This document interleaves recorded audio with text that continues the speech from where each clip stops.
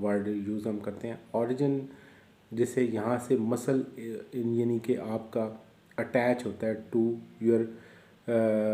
Bone آپ کے جو مسلز ہیں وہ اس کا اوریجن ہوتا ہے اور انسرشن ہوتا ہے, یعنی اس کی اٹیچمنٹ کی بات ہم کر رہے ہیں. تو آپ کے مسلز جو ہیں وہ بونز اور ٹینڈنس کے ساتھ جو ہے وہ اٹیچ ہوتے ہیں, ٹھیک ہے. اور یعنی اس کے ساتھ بونز اور ٹینڈنس کے ساتھ اٹیچمنٹ کے درمیان یعنی ایک آپ کا کارٹیلیجیس پارٹ بھی ہوتا ہے باڈی کا, کارٹیلیج پارٹ جس کو یعنی کہ خون کی سپلائی نہیں ہوتی, ٹھیک ہے. لیکن یہ کارڈ کی طرح بہت ہی مضبوط قسم کا ایک یعنی کہ یہ پارٹ ہوتا ہے جس کو کارٹیلیج کہتے ہیں. یعنی ورزش بھی جسم کی حرکت یعنی آپ کو پتہ ہے جیسے کہ دوسرا نام ہے, جسم کی تمام حرکات آپ کے عضلات کے مرہون منت ہے, عضلات کے سکڑنے اور پھیلنے کے ذریعے ہی ہوتی ہیں. ورزش کے دوران عضلات کو ہم عضلات کو ہمارے 2 اہم کام سر انجام دینے ہوتے ہیں. نمبر 1 کیا ہے جی کہ توانائی کے لیے موجودہ خوراک کا استعمال. جب آپ کے مسلز کانٹیکٹ کرتے ہیں تو یہ ان کو فیول چاہیے ہوتا ہے, ٹھیک ہے. جیسے آپ گاڑی میں فیول ڈلواتے ہیں, ٹھیک ہے, اور وہ فیول یوٹیلائز ہوتا ہے جب گاڑی چلتی ہے. اسی طرح آپ کی باڈی کے اندر جو ہے انرجی سٹور ہوتی ہے, اور وہ انرجی جب آپ مسلز کو موو کرتے ہیں, ایکسرسائز کرتے ہیں, تو وہ جو انرجی ہے ایز اے فیول آپ کے مسل جو ہیں وہ یوٹیلائز کرتے ہیں جی, ٹھیک ہے. اس کے بعد دوسری جو چیز ہے کہ دماغ سے آنے والی تحریک یعنی سگنل کے نتیجے میں عضلات کا سکڑنا, یعنی جو آپ کوئی بھی پیغام آپ کا برین جیسے کہ master system of your body ہے, ٹھیک ہے, آپ سینٹرل نروس سسٹم کے ذریعے آپ کے nervous system, sympathetic system, parasympathetic system, یہ تمام سسٹم جو ہیں یہ under the umbrella of nervous system ہے, ٹھیک ہے جی. اور یہ تمام سسٹمز ڈفرینٹ ایکٹیویٹیز پرفارم کرتے ہیں, اور یہ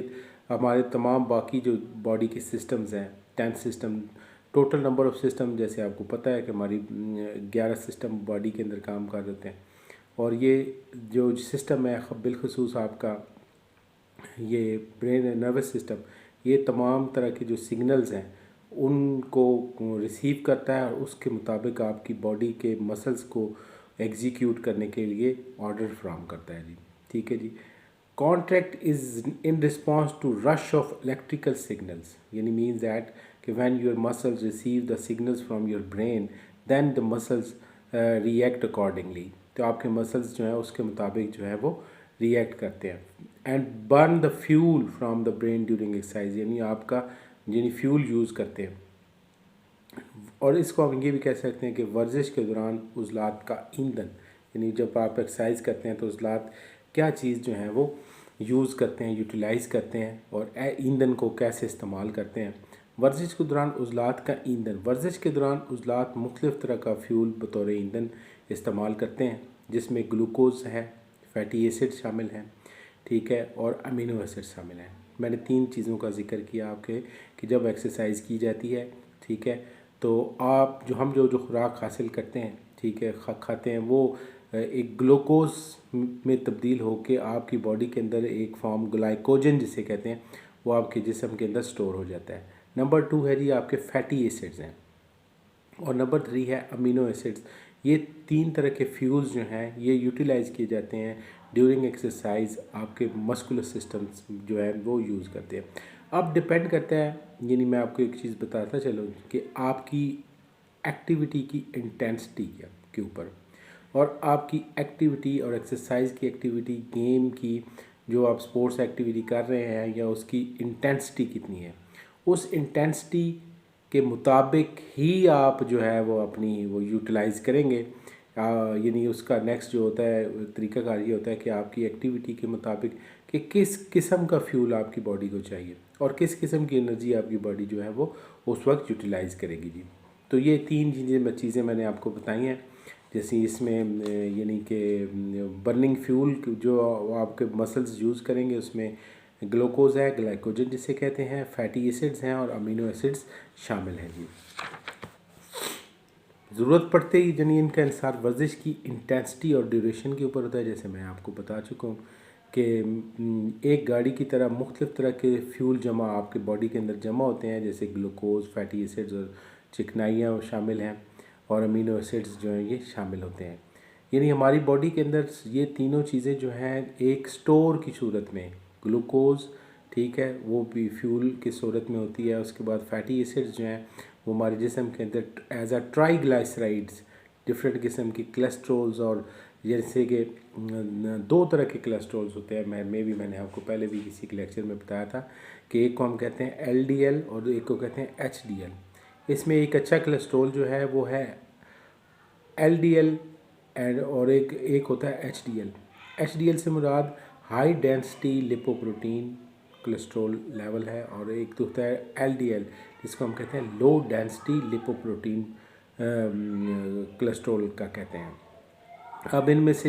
یہ جو بیسٹ ہے یعنی ہائی ڈینسی، یعنی جو جلدی ڈینس ہو جائے، ٹھیک ہے، کوئی ہمارے فوڈ کے اندر کوئی ایسی چیزیں، کچھ چیزیں ایسی ہوتی ہیں جن کے اندر یہ کولسٹرول شامل ہوتا ہے، اور کولسٹرول یہ بھی ہم نہیں کہہ سکتے کہ جی کولسٹرول آپ کی باڈی پارٹ کا، آپ کی ہیومن باڈی کا one of the very important organ ہے، یعنی one of the very important particle ہے آپ کی جسم کے اندر، اور اس کے بغیر یعنی وہ چیز ممکن نہیں ہو سکتی۔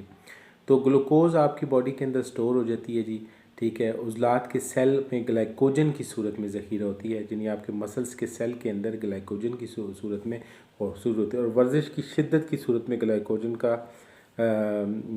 جو فوری طور پہ توانائی آپ کو فراہم کرتی ہے۔ نیکسٹ ہے جی فیٹی ایسڈز کا ذخیرہ ہوتا ہے آپ کی باڈی کے اندر ہوتا ہے، یعنی فیٹی ایسڈز عضلات میں کیسے، جیسے میں نے آپ کو آلریڈی پہلے بھی بتا چکا ہوں کہ ٹرائی گلیسرائڈ کی صورت میں جمع ہوتے ہیں۔ اگر ورزش کی شدت کم ہوگی تو فیٹی ایسڈز یعنی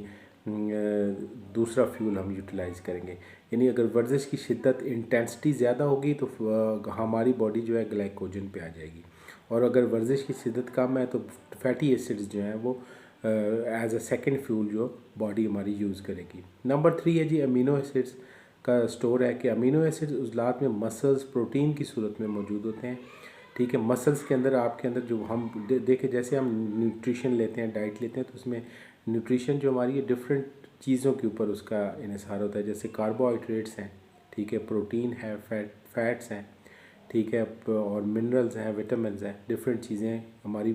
خوراک کے اندر شامل ہوتی ہیں۔ تو پروٹین یعنی امینو ایسڈ عضلات میں مسلس پروٹین کی صورت میں موجود ہوتے ہیں۔ امینو ایسڈز کا گلوکوز اور فیٹی ایسڈز کے برعکس عضلات میں ذخیرہ نہیں ہوتی، بلکہ عضلہ بذات خود امینو ایسڈ کا ذخیرہ ہے، یعنی آپ کی باڈی کے اندر یہ ڈفرینس ہے کہ آپ کے اندر یعنی جی کہ فیٹی ایسڈ جیسے میں نے آپ کو بتایا ٹرائی گلیسرائڈ کی صورت میں شامل ہوتے ہیں، گلوکوز جو ہے ہمارے مسلس کے اندر یعنی گلائکوجن کی صورت میں سٹور ہوتی ہے، ٹھیک ہے، اور امینو ایسڈ کا جو ذخیرہ کیا جاتا ہے، امینو ایسڈز ہماری باڈی کے اندر اٹ سیلف نہیں ہے، یعنی کوئی ذخیرہ نہیں ہوتے، بلکہ آپ کا جو مسل ہے، عضلہ ہے، وہ خود ہی ایک یعنی امینو ایسڈ کا ذخیرہ جو ہے وہ سمجھا جاتا ہے۔ تو یہ جی آج کا ہمارا لیکچر تھا جس میں ہم نے effects of exercise on muscular systems کے اوپر ڈسکس کیا، اس کی تین چیزیں ڈسکس کی۔ تو نیکسٹ انشاءاللہ ہم دوسرے لیکچر کے ساتھ جو ہے وہ حاضر ہوں گے۔ تو آپ تمام اسٹوڈنٹ سے یہی گزارش ہے کہ کیپ ان ٹچ رہیں، ایگزامز کا کوئی پتہ نہیں ہے آپ کے ایگزامز کب سٹارٹ ہو جائیں، اور اپنی اسٹڈی میں مکمل طور پر توجہ سے کام کریں تاکہ آپ کی یعنی کہ مارکس اچھے آئیں اور آپ ایجوکیشن میں سیریس نہ ہوں، ٹھیک ہے۔ جب تک آپ لوگ خود سیریس نہیں ہوں گے کوئی آپ کو یعنی کہ نہیں کر سکتا۔ ایجوکیشن کو لازمی طور پہ آپ نے سیریس لینا ہے، اور تاکہ آپ کے اچھے مارکس آئیں اور آپ کامیابی حاصل کر سکیں۔ Thank you very much.